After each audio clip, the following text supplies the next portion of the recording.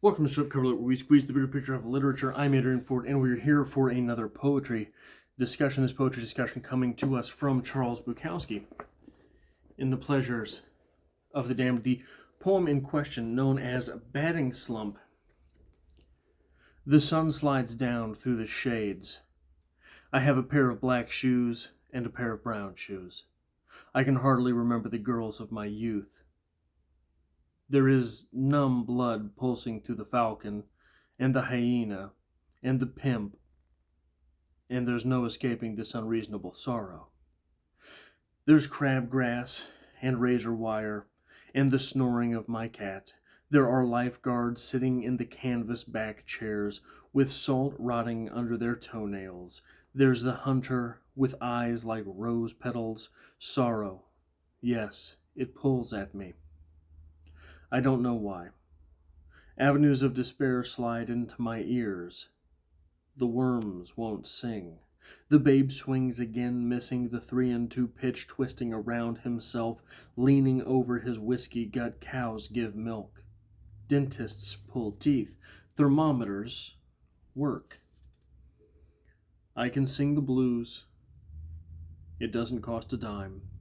And when I lay down tonight, pull up the covers, there's the dark factor, there's the unknown factor, there's this manufactured, staggering, black, empty space.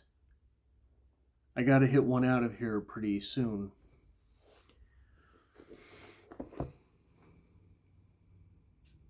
So what's this about? It's called Batting Slump.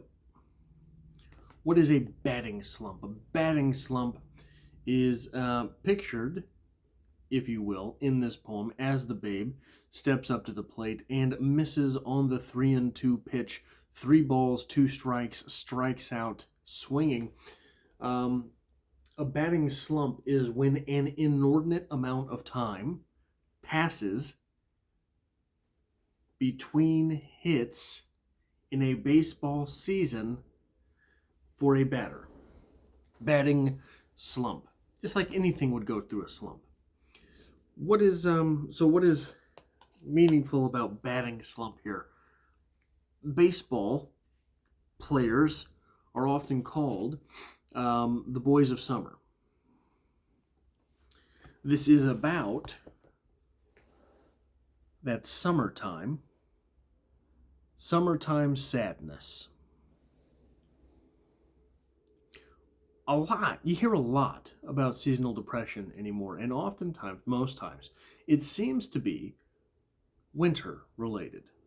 You don't get out, you don't get the vitamin D from the sun, you don't see people all that much, this, that, the other, seasonal depression, whatever it is that culminates in seasonal depression. It seems to be that winter is the season with which that is most often correlated.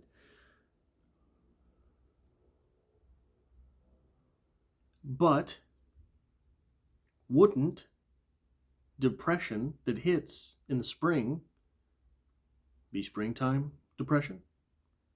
Wouldn't depression that hits in the fall be fall-time depression? So wouldn't, thereby, depression that hits in the summer be summertime depression, a summertime sadness?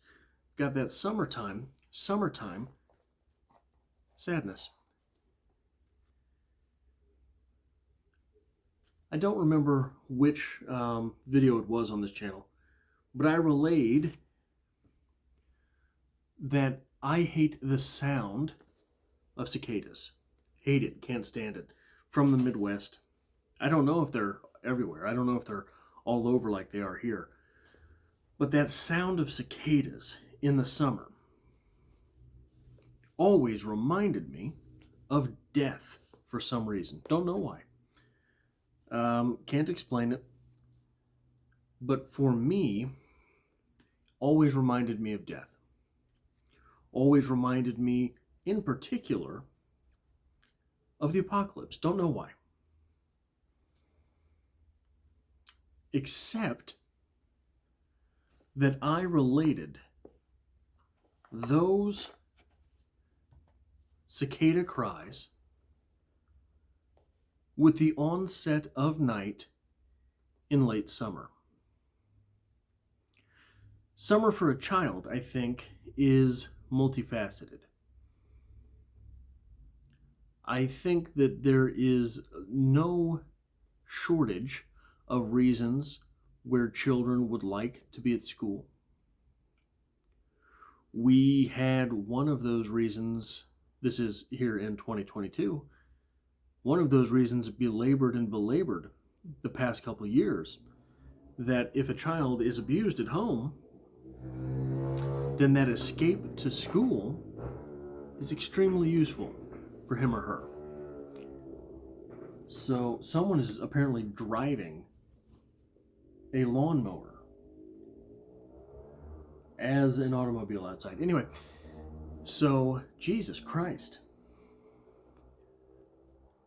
So when you have a situation like that, where someplace like school is sort of an immorete, this little place, this tiny place, it seems, where someone can be around other people and not have to worry about them, or at least not at the same degree, right? School can be seen as a sort of escape. In the same way, being in school for too long can make it seem a lot like home is an escape, right?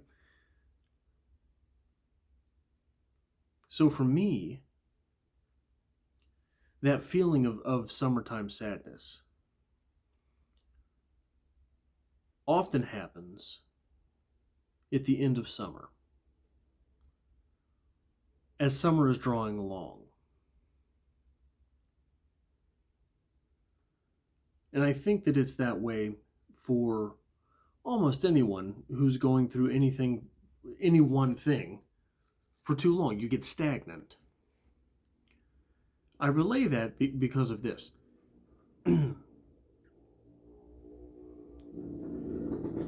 Are you serious? I hope you can't hear that, because it literally sounds like someone is taking the muffler out of whatever muffler there might be in a lawnmower and is riding it around outside. But where was I? What was I saying? Where were we going? What was I doing? I don't remember.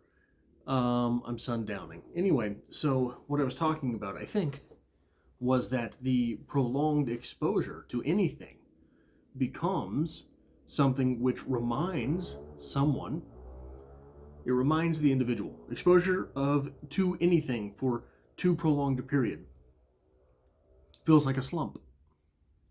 Feels like a wearing down of the individual.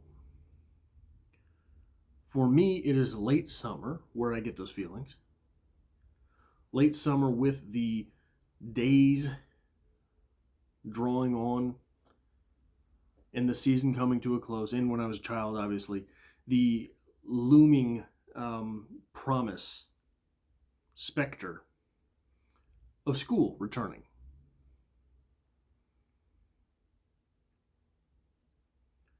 I think, so at the end here of this poem, I got to hit one out of here pretty soon. I think one of the most utilitarian, going here, one of the most utilitarian aspects of Charles Bukowski is that he is able to find little things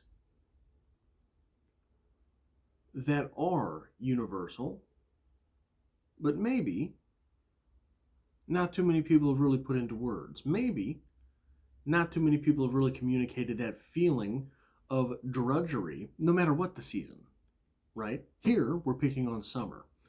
Here, we're picking on the boys of summer. Here, we're picking on a batting slump.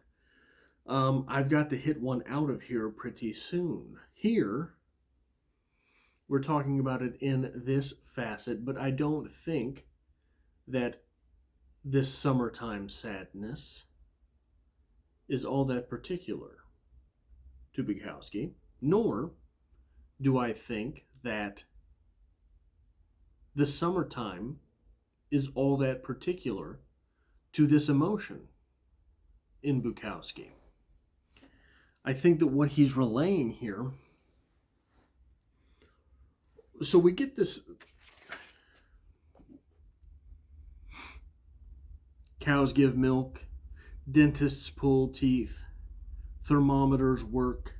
I can sing the blues, it doesn't cost a dime, and when I lay down tonight, pull up the covers, there's the dark factor, there's the unknown factor, there's this manufactured staggering black empty space. He's contrasting the rest of the world going on with him laying in bed in the manufactured darkness behind his covers.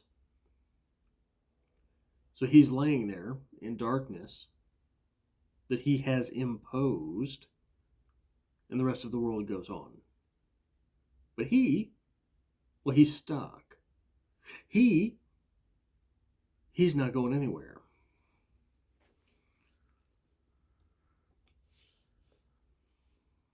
Is there a simple fix for this on the individual level?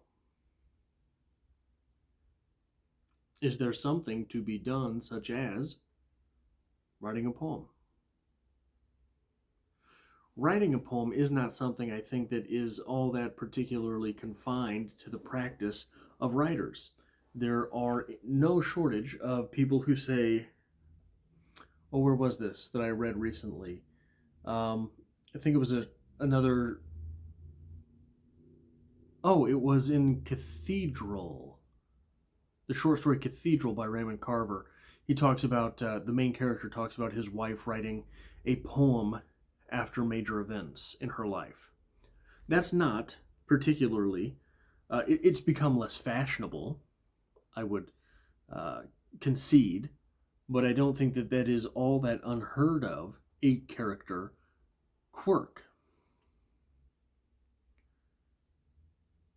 Is that a way to deal with things like the summertime sadness, like the impending drudgery of nothing changing, the promise that tomorrow, well, it's going to be just the same? I don't know. That's all I have for this poetry discussion. Go away.